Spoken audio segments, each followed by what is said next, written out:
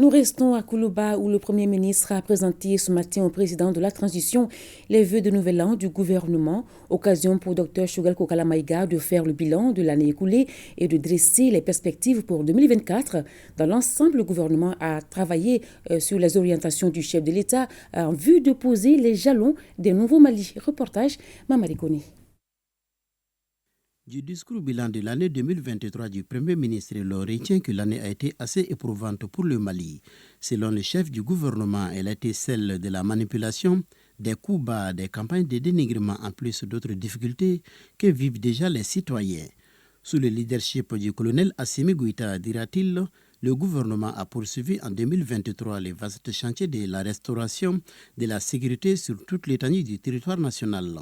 Cela s'est concrétisé par la brillante reprise des zones très stratégiques de notre pays, notamment la ville de Ver le 13 août 2023, d'Anefis le 7 octobre, de Thessalie le 18 octobre, de Kidal le 14 novembre et d'Al-Aguelok le 20 décembre 2023. Ce renforcement de la souveraineté, de la dignité et de l'indépendance de notre chère patrie à travers cette reconquête témoigne de tout l'engagement et de la résilience de nos forces armées et de sécurité. C'est l'occasion pour moi et les membres du gouvernement d'exprimer notre sincère reconnaissance à vous et à nos vaillantes forces armées et de sécurité pour la grande prouesse et leur rendre un hommage appuyé et mérité. Cette victoire tributaire de la qualité des hommes est aussi, selon le Premier ministre, le résultat du soutien matériel, financier et moral que le président de la transition a bien voulu accorder à nos femmes. Ainsi, sur vos orientations et votre détermination sans faille, les efforts de renforcement des capacités de nos forces armées de sécurité se sont poursuivis toute l'année à travers le recrutement massif de 6 608 agents, le recrutement encore en cours, le recrutement spécial de 4 617 éléments des groupes d'autodéfense et l'acquisition de plusieurs matériels de combat, de munitions, d'équipements roulants et aériens. L'amélioration de la situation sécuritaire a ainsi permis le retour progressif de l'administration de l'État et des services sociaux de base, l'amélioration du climat de culture des populations et la reprise des activités agro-silvio-pastorales et commerciales. Les représentants de l'État ont été nommés, réinstallés, sécurisés et leurs bâtiments sont en construction ou réhabilitation. Selon le chef du gouvernement, l'année 2023 s'est inscrite dans la continuité des réformes en cours. L'adoption par le Conseil des ministres de la stratégie nationale de lutte contre la corruption, l'adoption du programme national d'éducation aux valeurs, la réalisation de l'étude sur la rationalisation des structures administratives et institutions de l'État pour améliorer la performance des services. La lutte contre l'impunité et le respect des droits de l'homme constituent des priorités du gouvernement. À cet effet, nous signalons que tout rapport de contrôle ou de vérification transmis au pôle économique national et financier fait aujourd'hui l'objet d'enquêtes préalables de la brigade économique et financière.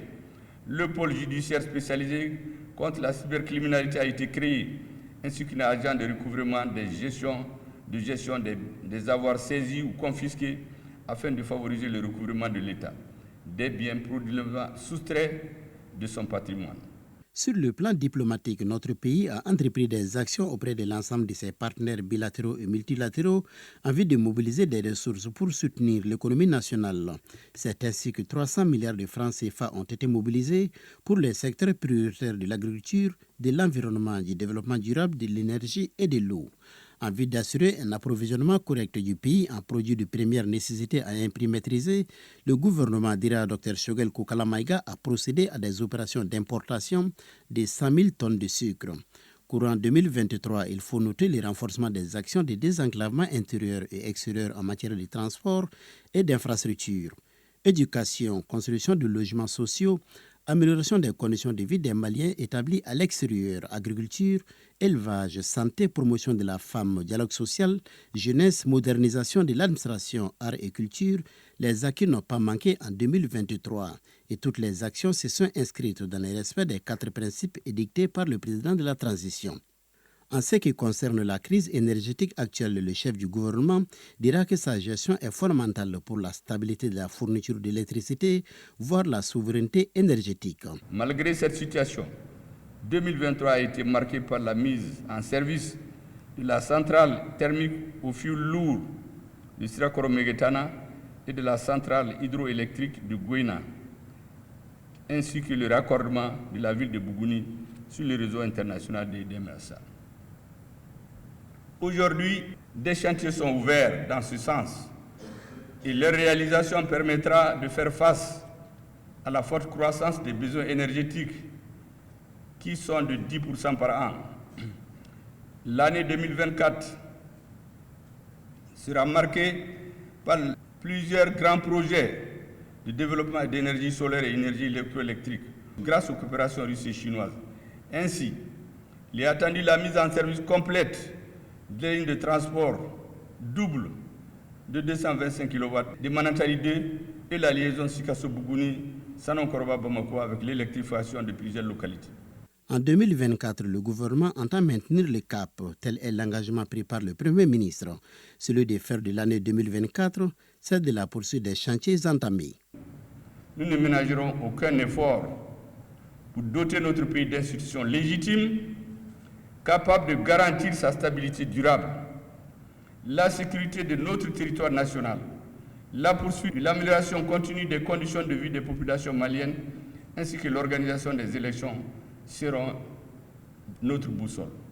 En ce qui concerne les élections générales, les conditions préalables afférentes à leur organisation, entre autres la mise à disposition de la carte nationale biométrique d'identité, la mise en œuvre du fichier électoral et les dispositions visant à la sécurisation des scrutins sont rassurantes.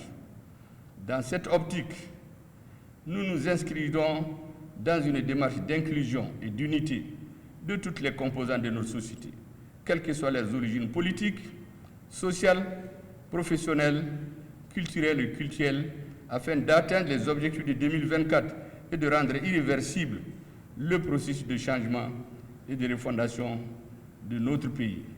L'avènement 100% du Mali-Koura. Le canevas est ainsi tracé pour l'année 2024 et le gouvernement entend bien s'appuyer sur le leadership du président de la transition et la résilience du peuple malien pour réussir.